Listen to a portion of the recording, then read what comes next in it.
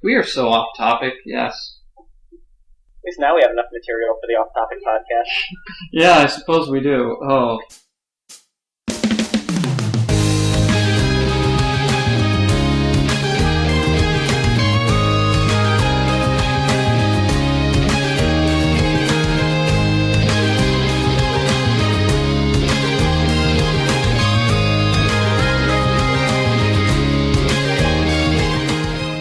Hello, and welcome to GameCola's second off-topic podcast.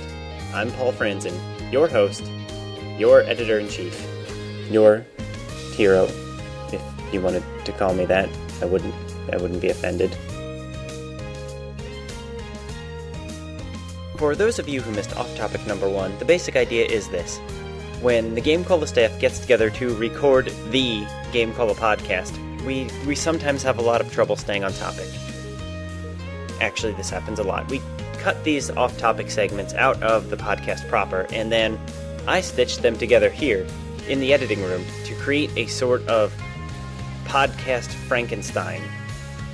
That's what you're listening to right now, the misguided little girl drowning edition of the GameCola podcast.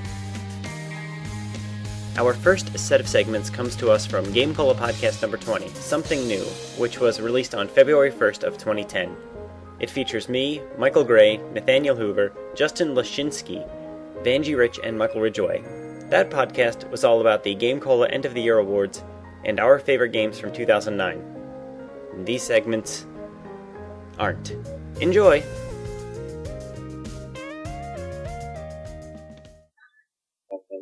Hey, you're actually coming in clear there, Nathaniel. Hooray! Do you want to hear? Yeah, I suppose last. Want to hear what the? You want to hear what happened last time? This is going to be. This is going to sound incredibly stupid. There is, and I just forgotten about this, a little teensy button on the volume slider for my headset that is a mute microphone. Don't mute microphone, and somehow bringing it downstairs, it got flipped onto mute microphone, which isn't actually turn off all sound. It's make it really, really quiet, and so that's why you could sort of hear me, and then picked up all of the nonsensical dust storm around me. Yeah. I think you're trying to do a podcast from Hoth. Now that would have been. Wow, I'm a nerd. I'm sorry. Oh, that's okay. You're currently. Wait, isn't Hoth the ice planet? Yeah, Hoth is the ice planet. Yeah, but there's another planet that's the sand planet. That's what you mean. Yeah. Well, yeah, but they both have, like... It's windier on Hoth, though. Oh, it is? Yeah. Oh, okay. Yeah. Well, they have sandstorms on Tatooine, but I mean... I don't know, on Hoth it seemed to be a pretty constant thing, though. Yeah, and Hoth Just judging from that one scene, anyway. I don't know if that consists of, if that's typical conditions or not. Yeah. Isn't there a website like that where you can, like, what's the weather like on Hoth or something? Riding tauntauns. Oh boy. See, I can pretend I know about these things when I don't. It's a superpower. It's right. Well, what would that be like? It would be it's raining like tauntauns and Imperial like spy drones. Doesn't really roll off the tongue. Tauntauns don't rain. You do as they drop them from the sky. Yes. Who's dropping tauntauns? Who's dropping dogs? Like raining dogs and cats. I see what you're going for. Yeah. Yeah. Anyways. Hey, well, I'm thinking of it. Anybody going to PAX East this year, end of March? I'm thinking about it, but no. I was thinking about it too. Yeah, I'd love to, but... We're trying to save money this year. Yeah, I was too, but then my girlfriend bought tickets for the two of us to go, and I said, okay, I guess we're going. Woo! So, if anybody happens to show up there, look for me. I'll be one with no money in his wallet. Ha ha ha. You guys with girlfriends. Yeah. I'm so alone. Yeah. Not as alone as Michael Gray. Yeah, swearing a vow of chastity really doesn't help the dating life very much. we do love you, in the Protestant side of the world too. So you can always come over to us and have somebody. Yeah, but then I wouldn't get to pray to Mary, and that would be sad. You can still do that. I mean, we won't stop you.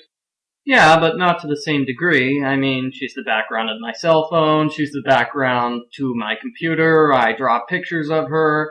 The last time I tried that with a girl, she got a restraining order.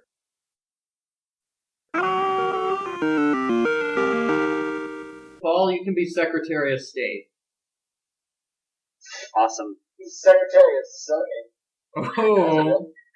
Wait, you can be secretary, right? Why does every podcast have to be about insulting Paul? Because I haven't insulted you, Paul. Thank you. We haven't been around long enough. Okay. that's the rule. The second podcast is the one where you get to start ripping on people. Is it? Because I'm pretty sure you guys started the very first podcast making fun of me. No, that was I think it was... Was it the second? I Okay. came to our own within the second one. Yeah, the I second don't know. podcast. I thought Mike Ridgaway called me a crack addict in the first one. That's not insulting, Paul. That's telling the truth. I call you a crack addict so often now, it's hard to remember when Yeah, it all kind of runs together. I'm on your side, Paul. I've never made fun of you in public. Thank you. His ass. Go Paul, Who knows who's going to get Employee of the Year this year? Wait a minute. Nathaniel, isn't your new description on the GameCola saying that your beard is much better than Paul's? Oh, that's not a diss. That's just statement of fact, like the fact that Paul's a crack. Oh, wait, no. That's me. This is why I never join the podcast anymore. And by anymore, I mean the last one. That's okay. That's the same reason I didn't join the last one. Oh, It's not actually the same reason at all. Their beard. Yeah, my beard was causing the sandstorm. yeah. You were rubbing the microphone on your face again, right? The static electricity. That's how it worked, Nathaniel. How many times do we have to tell you? Our next set of clips comes from GameCola podcast number 21, the YouTube podcast. In this podcast, me, Michael Gray, and Nathaniel Hoover talk about the GameCola YouTube page, why and how we've made the videos that we've made, our favorite and least favorite videos, and a few other things that didn't make the cut. Take a listen. It was great. I had rum and I got to pretend I was a pirate. Yar. But it tasted horrible, so then I stopped. I'm like, oh, it's mixed with Coca-Cola. It can't taste that bad. Oh my goodness, this is the worst thing I've ever tasted. See, that's pretty much been my experience with alcohol in general. Yeah. Wow, I am not the only one. Drink This it is once amazing. and I'm like, oh god, that's disgusting. Okay, don't have to try that again. Yes, when I do occasionally take a sip or two of other people's alcohol, just to see if there's anything that I do like. But usually I rate everything on a level of how offensive it is. There's only been one or two things that have ever been not offensive. Everything else has been, well, this is the third least offensive booze I've ever had. So I guess this probably won't be the drunk podcast after all. No. Yes, this will be the Clean and Sober podcast. But I'm going to Which sit are on very writing that column because we're just totally filled with Phoenix Wright recently. Which is not a bad thing. And speaking of which, spoiler alert, Nathaniel, I know you didn't know who Franziska was. She is Phoenix's ex-girlfriend. What? Paul, this is the part where you get super offended and, try to get mad at me for making up ridiculous lies about the Phoenix Wright games. I was going to get mad at you for spoiling that important plot point, but... I had a feeling. Yes. Phoenix's only girlfriend is, oh wait, that is a spoiler. Can't talk about that. Yeah, wait, don't go into that one. You mean his only girlfriend is the bottle? He has a canon girlfriend in the third game. We're not talking about Hollow Justice. No, in the third game, I'm saying... banning all of that from GameCola. Never speak the name again. No, in the third game we get to see his girlfriend, the girlfriend he had in college, but I'm not going to go any further into that subject. Yeah. Stay away from that.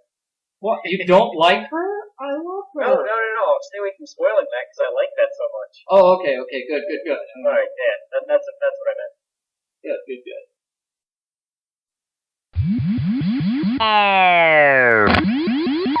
And one of the watch your videos a lot more than I do.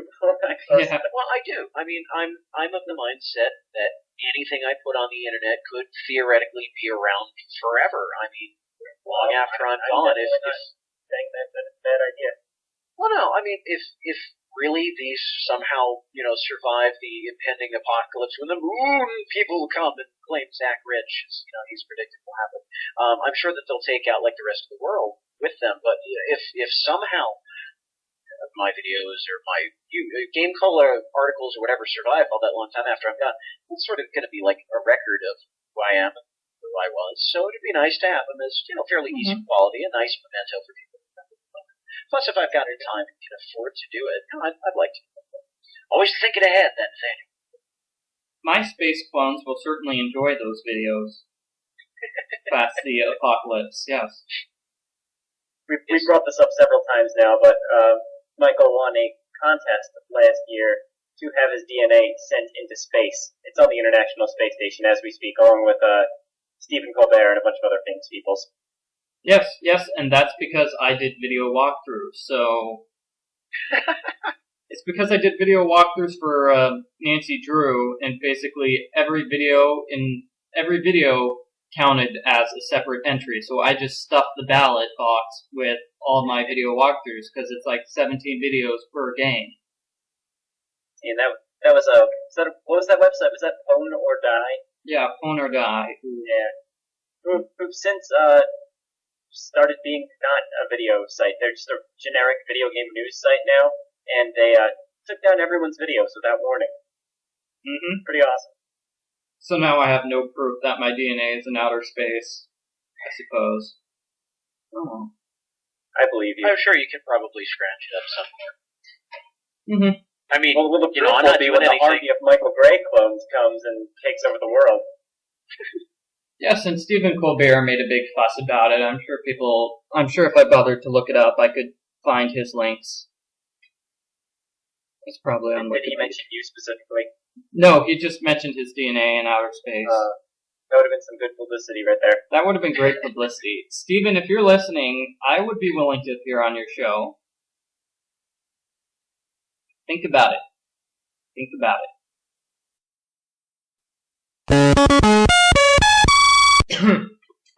Yeah, I know. I'm sounding pretty fantastic myself tonight.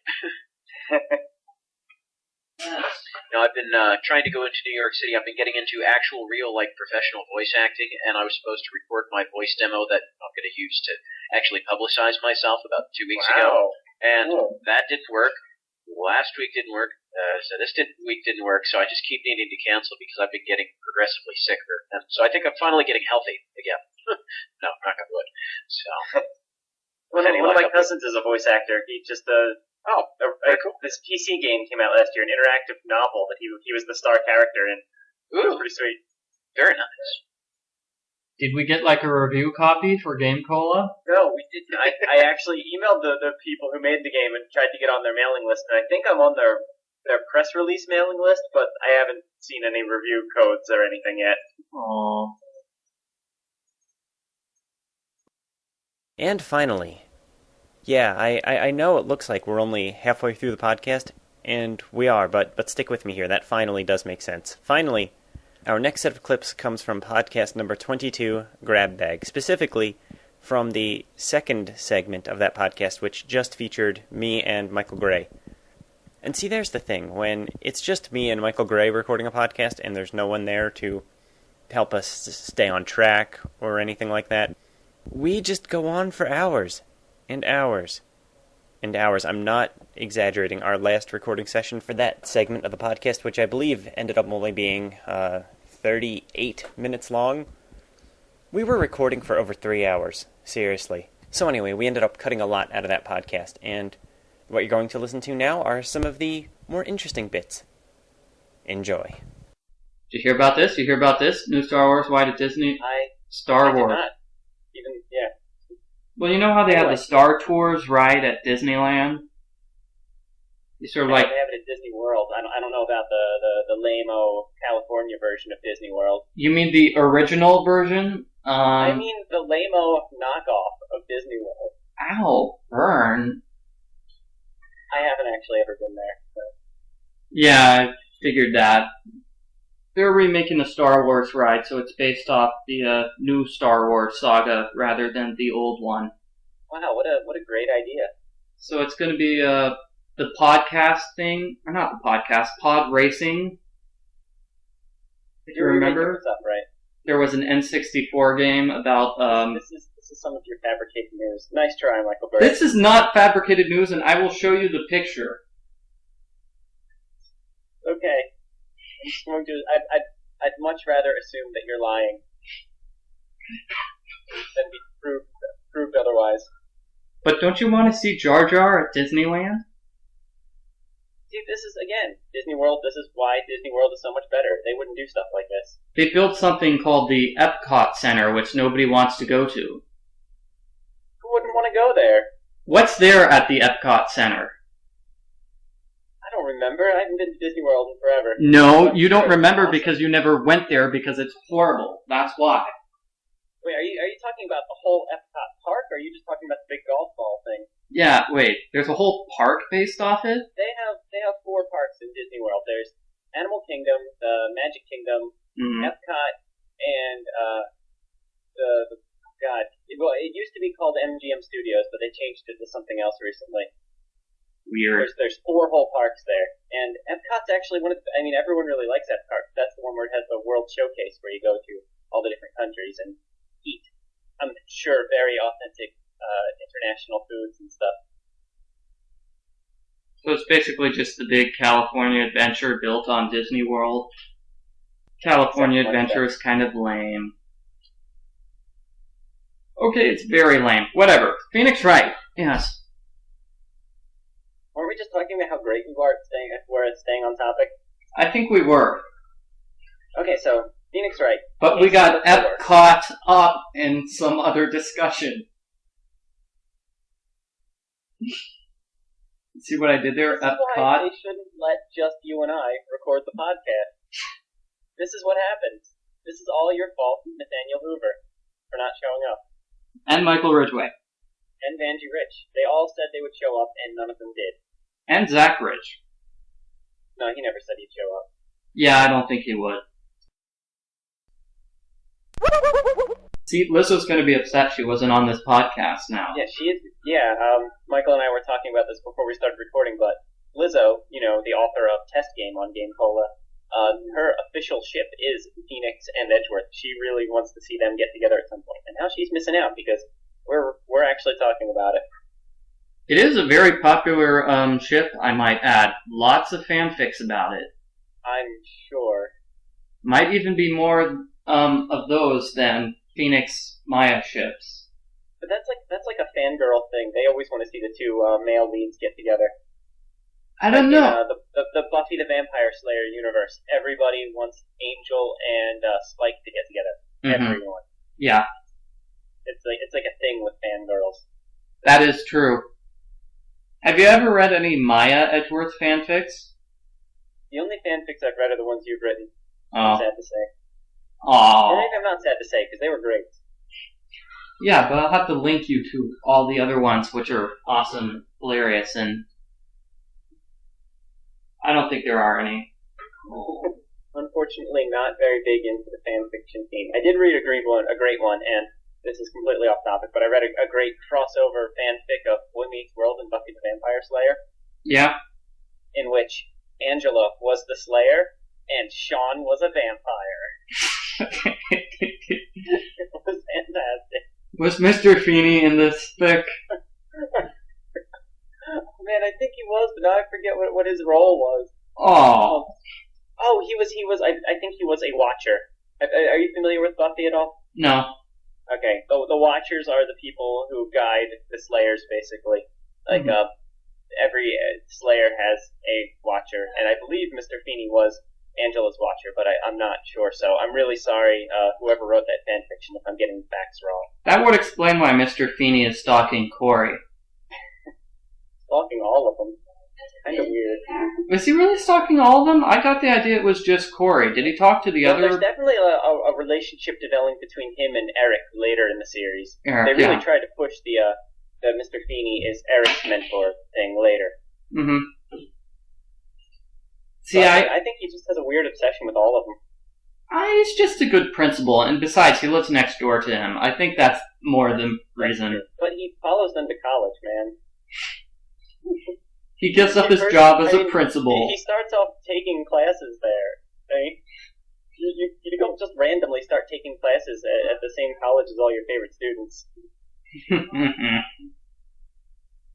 Yeah, wow. Yeah. No, not you, Mom.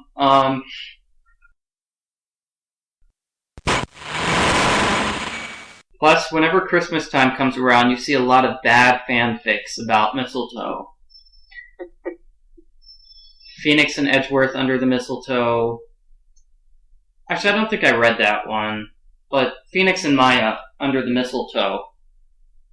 I bet there's a lot of Corey and Sean fanfiction, isn't there? I bet there would be. I might want to link to the Phoenix Wright Christmas. That was actually a good one. Christmas Turnabout, I think, is the name of the fan fiction. It's Pearl. All Pearl wants for Christmas is Phoenix and Maya to get together. Oh. And That's all I want Edgeworth, for Christmas too. they convince Edgeworth to dress up as Santa Claus and hear her Christmas wish. And Edgeworth hears this Christmas wish, so he gets Phoenix and Maya some mistletoe. And they kiss underneath the mistletoe, and then it's true love and happily ever after. Would Edgeworth really do that though? I'm not sure if he would do that, but he was acting in character as Santa Claus the whole time. So he's going to Sounds funny, but I don't know if I can believe it. I'll have to send you the fanfic. We'll link to it in the show notes. You will. Okay. Yeah, we'll that could be our next GameCola daily poll. Is Edgeworth in character during this particular fanfic? Too bad we don't do a daily poll. Actually, I think we used to at one point. We did? I'm thinking 2004, 2005, around then. I think maybe it was a monthly poll. I think we did. Nice. Yeah, it was pretty cool. Because, the Game Facts poll, for some reason people care about that. Oh god, I always find it just so surprising how many people vote in those things. Yeah. Then again, if I visit the site and I notice that they have one of the, character battle polls or whatever, I always vote in that, so can't make too much fun. Also, I think Phoenix Wright already lost in this year's character battle. I don't think Phoenix Wright was in it. I think he was in the first round and he lost right away. Who did he lose against? I'll look it up right now. It's probably Big the Cat. I'm sure it's somebody stupid. And I'm sure either Cloud or Link is going to win. Aren't they the only people who ever win? Yeah. Mario never wins. Mario always makes a good run, but he never wins. I think a block from Tetris won once too. Wow. Yeah, here we go. Phoenix Wright lost in the first round to someone named Jecht. What? Jecht. I'm looking up right now. Which game is this character Of from? course, it's someone from a Final Fantasy game. Oh. He lost to a random Final Fantasy character, of course. Wait. I'm looking this up in UrbanDictionary.com right now. Here's the definition according to Urban Dictionary. Jecht is the manliest character ever made by Square Enix. He is considered the reincarnation of Chuck Norris. See, if we had Final Fantasy fans on this podcast, I would totally make the joke about the manliest Final Fantasy character ever is probably somebody who, can open a bottle of ketchup on the first try. Oh, ouch, look at this. I'm now on Final Fantasy Wiki. This guy is a non-playable character in Final Fantasy X. Ow! Phoenix is destroyed by a non-playable character? I feel a little insulted right now. Well, Did the picture they put for the character battle, was that Phoenix Wright or was it Hobo Phoenix? Because if it's Hobo Phoenix... That's a good point. I didn't see it, and I don't think I can look that up now. Yeah, if it was Hobo Phoenix, that would totally explain why Phoenix went down. Yeah, it totally would. I wouldn't vote for Hobo Phoenix as a great I character. would actively vote against Hobo Phoenix. That's what I've done a few times in this poll. I'm like, wow, I really hate that guy. I'm going to vote for this person I've never heard of. That is what a lot of people do, I'm afraid, yes. Yeah, look at that. Oh, Link is still in it. Luigi's still in it. Sonic's still in it. Mario, of course. Oh, the L block from Tetris. Not the paddle from Pong. Sadly. The paddle from Pong was left out. Chrono from Chrono Trigger lost in the first round. How? Who'd he die against? To Missing No from Pokemon. Oh. The glitch Pokemon. Mm-hmm. I guess we're probably getting a little off topic now. I was keeping it on topic a little by talking about Phoenix Wright, but I think I lost it. Yeah, you lost it by talking about characters nobody's ever heard of. Apparently enough people have heard of Jacked. Mm-hmm. Jack. Actually,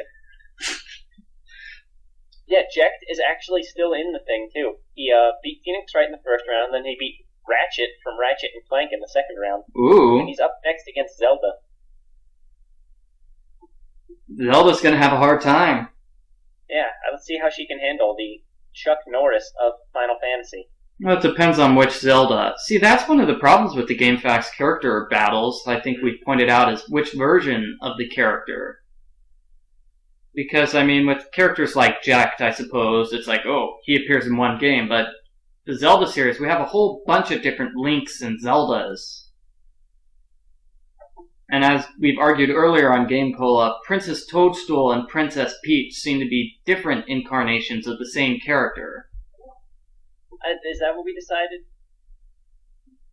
Well, they're clearly just the same character. The same character, but they seem like different incarnations, is what I'm saying.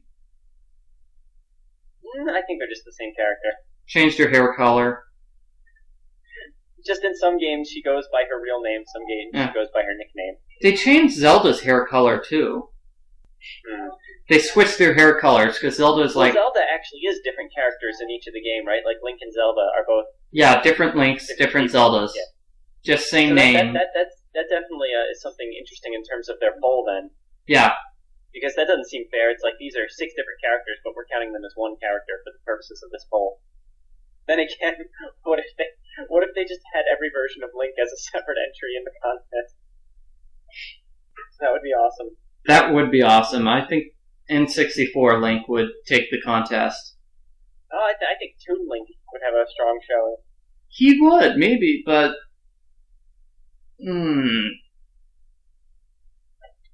I would argue against Toon Link. He doesn't have much of a personality. Well, do any of the Links, though?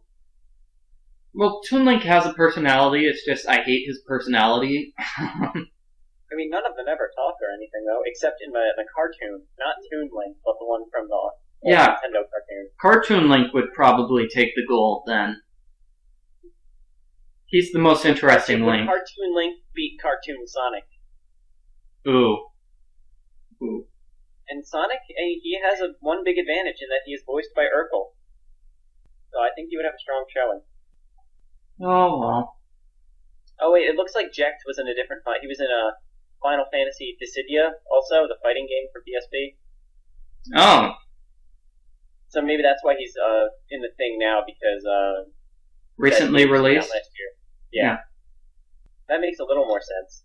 I've never heard anything about the PSP. It's a handheld by Sony. Big screen, though. Big screen, I hear. Yeah, bigger than the DS. Yeah, that's... I don't know if it's bigger than the DS XL or whatever, though. Yeah, the DS Extra Large. I love that. The point of the DS Lite was that it was a smaller version of the normal DS. Now they're making a DS XL. Yeah. Where the point is it's bigger than the Sony's Yes. handheld. Okay, whatever. I'm still just gonna stick with my big clunky DS from 2004 or whatever. Which totally works just fine. In fact, here's how I can tie this discussion back into the podcast. I originally bought my DS specifically to play the original Phoenix Wright game. You did? I did. I bought it specifically to play Phoenix Wright on the day Phoenix Wright came out. I took the train. I was at college at the time, and I took the train to the local mall, and I went there and I asked for a blue DS and for Phoenix Wright, and they actually had to go in the back and find their crate of Phoenix Wright games because they hadn't even opened it yet because no one wanted it. No one wanted it? No one wanted it. It wasn't a big seller when it first came out. Hey everyone, it's Paul here in the editing room of GameCola Studios. I just wanted to cut in real quick to let you know that the next 3 segments, if you haven't played the Phoenix Wright games, they're not really going to make any sense whatsoever. They deal with topics like where does Mia Fey live and how Phoenix might staff his office in the future. So if you haven't played those games, I would actually suggest just stopping the podcast right now, because if you keep listening, you're going to be some combination of bored and confused, and it's probably not going to be any fun. So if you are stopping now, I want to say thanks for listening. You're awesome. You're the best. You're my favorite fan. I love you. And for the rest of you, enjoy. Actually, I think maybe the lease on Mia's apartment was up, so Maya had to go back home anyway. Is that where she's been staying all this time? That's what I'm guessing, because in the second I always wondered. Maya commutes between home and Right. LA. But in this game, she's clearly staying at LA. Okay, that makes sense. So that's the game doesn't mention that at all, but I'm totally imposing that. I can accept that. I mean, she's clearly staying anywhere, and it's probably not with Phoenix. It's definitely not with Phoenix, because she calls Phoenix in the middle of the night. Okay. When the Steel Samurai is arrested, she immediately calls Phoenix. It's like, Phoenix, the Steel Samurai was arrested. I guess Phoenix must have been paying a pretty decent salary for her to be able to afford an apartment. I mean, even if she's like just taking over Mia's lease, Mia's lease, she still has to pay for it somehow. Or maybe she got a lot in inheritance from Mia. Maybe Maya was a big person in her will. Did Mia actually have a will? Oh. Yeah, actually, I guess she wouldn't have, would she? Do wills exist in the Phoenix Wright universe? I guess they have to, but we've never... Maya probably would have been the next of kin, though, wouldn't she? Yeah. Yeah. Okay, so maybe that's how she can afford the apartment then. Really? I mean, I don't know because I've never actually gotten an apartment, but isn't it something like, say, you can buy an apartment or a house for like a year, and then your lease is up and you have to either renew your contract? For me is I sign for a year lease and then I pay monthly installments. Mm-hmm. So, I mean, Mia probably would have been paid through the month that she died, but the following month she probably would not have paid for that. Okay, so I'm making up a situation where Mia just paid upfront for a year and was presumably going to renew the lease, but she was killed. Oh, I'm more comfortable with the scenario where Maya just got a lot of inheritance from Mia and pays for it through that. But then why is Maya always mooching off of Phoenix? If she has a humongous inheritance. Well, not humongous. It was enough to pay for the apartment. That's about it. Okay. I don't know.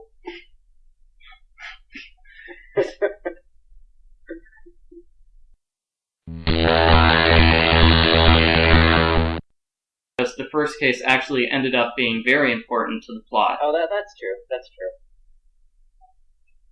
And because you get to play as Mia. Whoa. What? Mia Fey, Ace Attorney. Mia Fey, Ace Spirit Medium. Ace Attorney, though. No, wouldn't that be awesome? Maya? As soon as Phoenix loses his badge to become a drunken hobo, she takes over the Wright & Co. law offices. Renames it the Fey & Co. law offices, back to the original form, and, investigates why Phoenix was unjustly debarred. That's what she's doing all throughout Apollo Justice off camera. That could be. Or maybe all of Phoenix's friends just disappeared off the face of the earth for no reason whatsoever. Mm-hmm. His friends do that, like Edgeworth. He left a note. No. I mean, like 15 years ago. Back in the day. Yeah, trying to relate this back to this. Yeah! Okay, Team USA just scored. Go USA! Sorry, guys. We're kind of watching the hockey game now. USA. And they're playing, right? The crowd is booing. Yeah, because it's taking place in Canada. Someone got the food. Oh. How is Phoenix supposed to run his law office without the help of Maya or Mia? He has Larry helping him. Really? I think you're making stuff up. I am absolutely making stuff up. That is a valid question, I think, for... Well, maybe he just goes up against Prosecutor Payne for the next 6 months. That would presumably be what Phoenix's strategy should be, yeah. Because at the start of case 1-5, it's Phoenix is like, I haven't had a job in 2 months, ever since Maya left. I'm all, really? Maya left and Phoenix just stopped working? He just wasn't able to get clients without her. No, he had offers, but none that he took. Oh. So Well, it's because he's so in love with Maya that he just couldn't face going to the office. Yeah, that's definitely what they kind of make it seem at the start of the case. I'm all, that's so weird because that really doesn't fit so much with what happened when she went away. He doesn't try to convince her to not go away. You know? He felt deep regret for not doing that. And the only reason he takes case 1-5 is because he's forcibly reminded of Maya. Maybe he just got a lot of money from the last 4 or 5 cases. Edgeworth just gave him a ton of money. Yeah, well, Edgeworth's probably loaded. He always wins all of his cases. Yeah, Edgeworth is definitely rich. Yeah. So maybe he's just been, maybe he just got paid Phoenix a big sum, and Phoenix just been living off that for months. And if Phoenix is that unmotivated of a worker, that actually would tie into what happens in Apollo Justice, where he just gives up. Yeah. If Phoenix, without his friends, is just a unmotivated slob who can't even drag himself to the office to do any work, that actually makes sense with Apollo Justice. But what doesn't make sense is why his friends left in the first place. I'm still stuck on that. Phoenix does haul himself to the office. It's very interesting to see how they introduce case 1-5, is he's like, why am I going to the office? I never do anything. When somebody offers me a case, I reject it. I'm all, seriously, Phoenix? You've had no cases for the past 2 months? How are you surviving, man? Or Phoenix. No. I'm one of the, I'm gonna be one of the people who assumes that he does other cases that we don't see. I don't know, I can buy that Phoenix is just nothing without his friends, and when his friends aren't there, he's just a slob. But there are so many humongous gaps in between the cases. I mean, like, 6-month gaps. There are several of them, actually. It is kind of a long time to not have any income. In the second game, the gap between Phoenix meeting Maya again and his... Well, clearly, in the 6 months there, you know what he's doing all the time is he's playing piano. Yeah. That's where he's getting his money. No, but I'm saying that there's a 9-month gap between the second and third cases of the second game. It's like, I've got to believe that Phoenix and Maya were actually solving cases and working together. I think it makes sense that he has cases that aren't represented in the games take place off camera. During that time, yeah, that's what I'm saying. I don't really have a problem accepting that. He just has cases that aren't nearly interesting enough to make a video game out of. Or that they're saving for future video games. That could be too. Which they're not, because they're going to make Apollo Justice 2. No, the next game is going to be The Judge, Ace Judge. Oh, really? Maybe not. You see Mia go up against Manfred von Karma. Or Larry. See, that would be... Wait, Larry go up against Manfred von Karma? I think Larry needs to join the Wright & Co. offices. I've read a fanfic where that happened, and it was dangerous. Because as soon as Larry becomes a member of the Wright & Co. law offices, he's going to accept the case for every single cute girl who stops by. Well, maybe he could just be like a paralegal then. He doesn't have to be a full-fledged lawyer. Yeah, but no, that would be fun. That would be interesting. It's like, hey, Phoenix, we're going in court tomorrow. And it's like, what? It's like this hot girl says she needs a defense attorney. That would actually be a good premise for a first case in a game. Yeah. Where Phoenix has to just like jump in right away in the middle of this case and save Larry's butt, as he could say. Yeah. Larry butt. Sorry. My caffeine. I'm running low on caffeine. That happens with Maya a lot, though. Maya forces Phoenix to take a case because she likes the defendant, and Larry would totally do that. Oh! U.S. tied it up with like half a minute to go. Oh, we just tied? We're not winning yet? And that's it for GameCola's second off-topic podcast. In this podcast, you heard from GameCola writers Nathaniel Hoover, Justin Luschinski, Vangie Rich, Michael Ridgaway, Michael Gray, and me, Paul Franzen. The song in the intro was Holiday with Mia Fey, a remix of Phoenix Wright's Turnabout Sisters themes by Masakazu Sugimori. The sound effects in between the segments were from various classic arcade games, and they were taken from digitpress.com. All the segments were recorded by Michael Gray, and they were all edited together by me, Paul. This podcast is hosted by GameCola.net. Thanks for listening.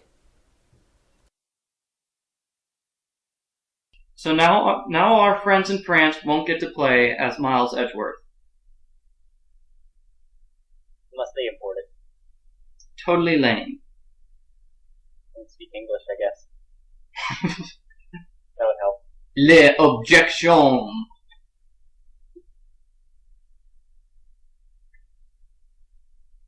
I think we're starting to deteriorate a little.